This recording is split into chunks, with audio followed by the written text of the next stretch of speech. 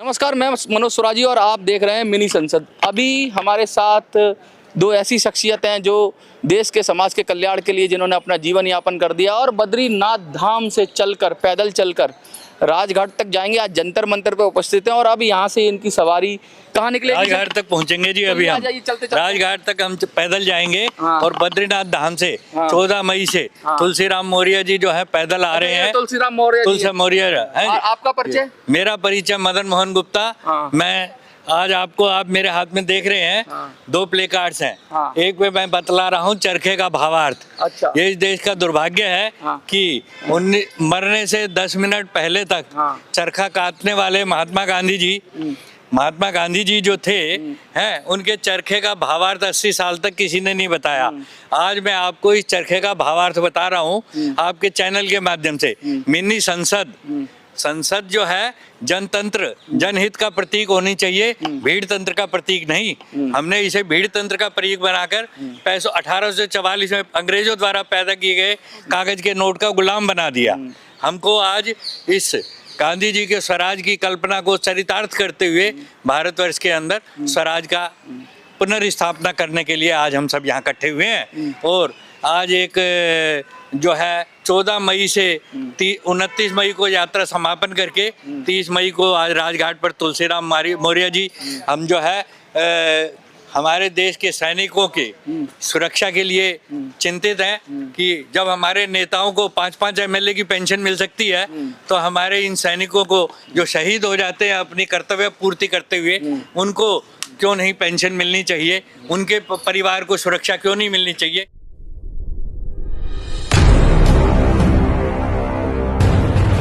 आप आते ही रहते हैं। मौर्य जी का कुछ बताइए, कितने साल हो गए मौर्य जी को? मौर्य जी 2014 से हर साल 12 मई को दिल्ली से जो है बद्रीनाथ धाम जाते हैं और 14 मई को वहां से फिर पद यात्रा से द्वारा दिल्ली तक आते हैं और दिल्ली में आकर पद यात्रा सद्भावना पद यात्रा के लिए जाने जाते हैं। और जो है इस सद्भावना पदयात्रा का उद्देश्य यही है कि भारतवर्ष के अंदर अंग्रेजों का फूट डालो राज करो का तांडव अब नहीं सहेगा हिंदुस्तान।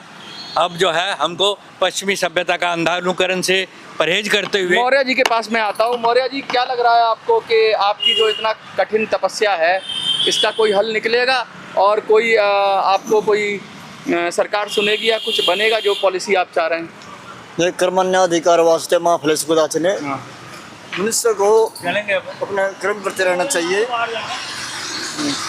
मनुष्य को अपना कर्म करते रहना चाहिए और फल की इच्छा नहीं करनी चाहिए। अच्छा। हम अपना कर्म करते रहते हैं, भगवान कब सुनेगा कब नहीं सुनेगा ये समय पर निर्धारित करता है। जंतर मंतर आते रहे हैं आप लगातार 10 सालों से, क्या लग रहा है आपको? क्या अनुभव रहा है? कुछ फायदा हुआ है इससे? नहीं, अब देखो अभी तक तो वैसे मोदी सरकार पिछली कांग्रेस सरकार से तो बहुत अच्छा काम हुआ है और उन्होंने काफी मजबूत किया, सेना को मजबूत किया है, सुरक्षा बलों को मजबूत किया। ऑपरेशन सिंदूर पे भी आपको लगता है कुछ फायदा हुआ है? बहुत फायदा हुआ है। मनोबल बढ़ा है जनता का मनोबल बढ़ा है और देश को एक मजबूती का संदेश पूरी दुनिया को गया है। पूरी देश को मजबूती का संदेश पूरी दुनिया में गया है। हम लगातार राजघाट की तरफ जा रहे हैं, मूव कर रहे हैं, जंतर मंतर से निकल चुके हैं।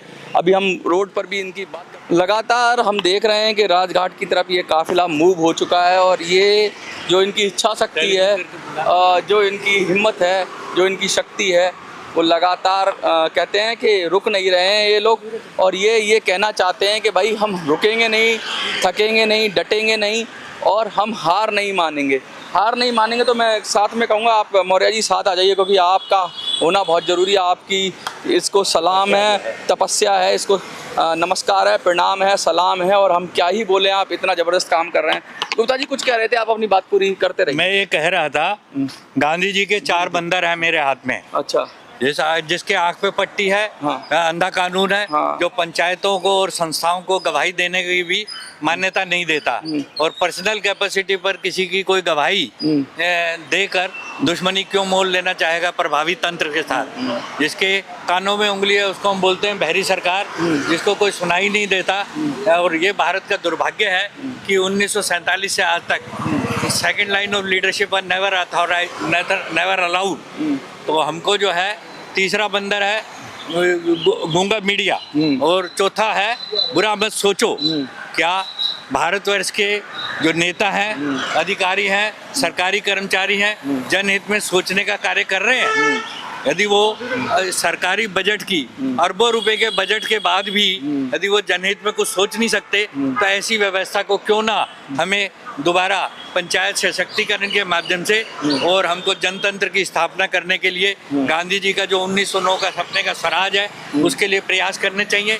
पूंजीवादी लूट तंत्र जिसके लेकिन अंदर स्वराज पे गांधी जी ने खुद ही कहा था, उनके विचार खुद थे कि भाई स्वराज का जो सपना देखा था, उन्होंने हिंद स्वराज एक पुस्तक भी लिखी, लेकिन बाद में उन्होंने अपने ही विचार को थोड़ा सा मथा कि भाई उन्होंने उसमें लिख दिया कि भाई रेलगाड़ी नहीं चाहिए हमें, और ये जो बहुत सारी बातें ऐसी कहीं जो आधुनिकता के खिलाफ थी, जिससे नुकसान हो रहा था। लेकिन बाद में उन्होंने अपने विचारों को थोड़ा बदला भी। तो गांधी जी जो हैं ये कहते थे कि हमें लालच नहीं करना चाहिए जो पश्चिमी सभ्यता द्वारा सुविधाएं दी जा रही हैं। अच्छा। हमारे इस देश के 140 करोड़ जनता के स्वरोजगार के लिए हमारा जो रास्ता है वो अपना होना चाहिए। जो कौम अपनी सभ्यता भूल जाती है वह मृत प्राय हो जाती है। हम 1000-1200 साल से इस्लामिक सभ्यता में जी रहे थे और अब 200-300 सालों से हम पश्चिमी सभ्यता के अंधानुकरण में जी रहे हैं। आज हम देख चुके हैं कि इस अंग्रेजी सभ्यता के द्वारा भारतवर्ष की जनता का कहीं भी हित नहीं हो रहा है, और जो व्यवस्था जनहित ना कर सके ऐसी व्यवस्था को हमें निर्मूल विनाश करने के लिए गांधी जी 1909 में कह चुके हैं। और 1909 और 32 में इस किताब के पहले पन्ने पर लिखते हैं, I am not even trying for the freedom of my dreams because due to the illusion of पश्चिमी सभ्यता we were not able to follow our own culture of त्याग निस्वार्थ भावना से कर्म और चिंतन स्वार्थ की आंधी में बह गया। और वो जिस हिंदू मुस्लिम एकता का कबीरदास जी ने, रहीम ने और रविदास जी ने जो स्थापना की थी और सिख गुरुओं ने जिसकी स्थापना की थी, उस मूल मंत्र को लेकर हम आज़ाद भारत में नहीं चल सके। यही हमारे इस देश का दुर्भाग्य रहा। और आज हम दोबारा यही कल्पना करते हैं कि पश्चिमी सभ्यता का जब हम 1844 का अंग्रेजों द्वारा पैदा किया कागज के नोट की गुलामी से आज़ाद होकर जब हम अपनी बात कहेंगे तो भारत में पुनः गांधी जी का स्वराज का सपना जो है पूरा होगा। ऐसी कल्पना करते हुए मैं आपसे उम्मीद करता हूँ कि आज की ये जो तुलसीराम मौर्य जी की जो बद्रीनाथ धाम से ये जो यात्रा है, ईश्वर हमारी जरूर सुनेंगे। हम भीड़ तंत्र में विश्वास नहीं करते। जनतंत्र के अंदर एक वाणी भी जनहित में करोड़ों के बराबर है, क्योंकि वो करोड़ों लोगों का हित की कल्पना करती है।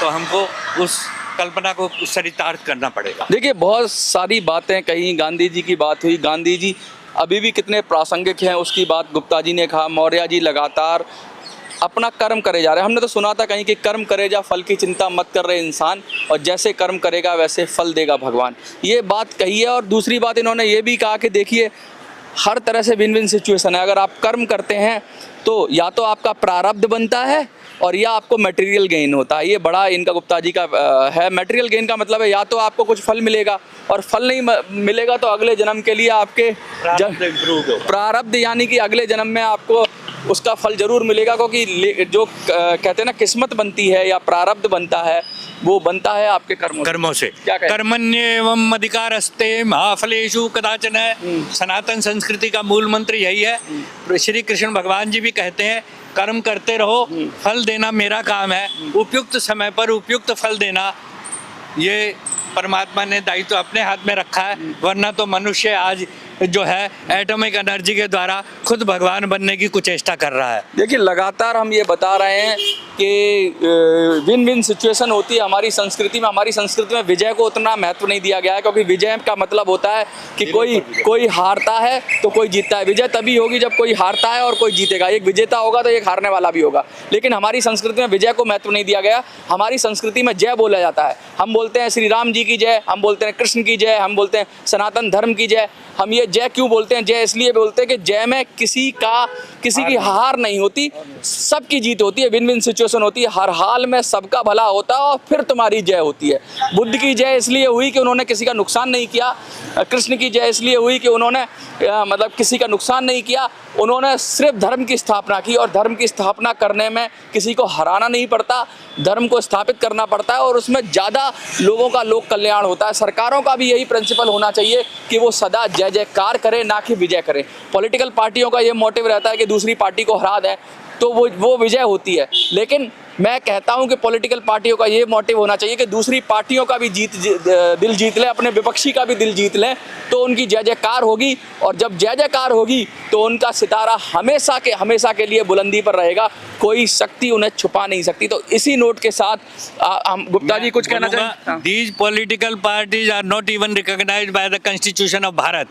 ये भाजपा हो, चाहे कांग्रेस हो, चाहे बीएसपी हो, चाहे और कोई भी आम आदमी पार्टी हो, इन्होंने इस देश के जनतंत्र को भीड़ तंत्र में बदल दिया।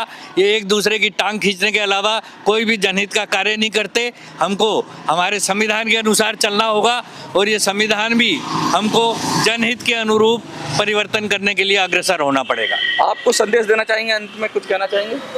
मैं तो सिर्फ यही लोगों से ही कहना चाहता हूँ कि देखो, सभी धर्मों का सम्मान होना चाहिए और सभी भारतीय भाषाओं का सम्मान मिले देश में, और लोगों को उसमें इंसाफ मिले, हमारी बहन बेटियां सुरक्षित हों।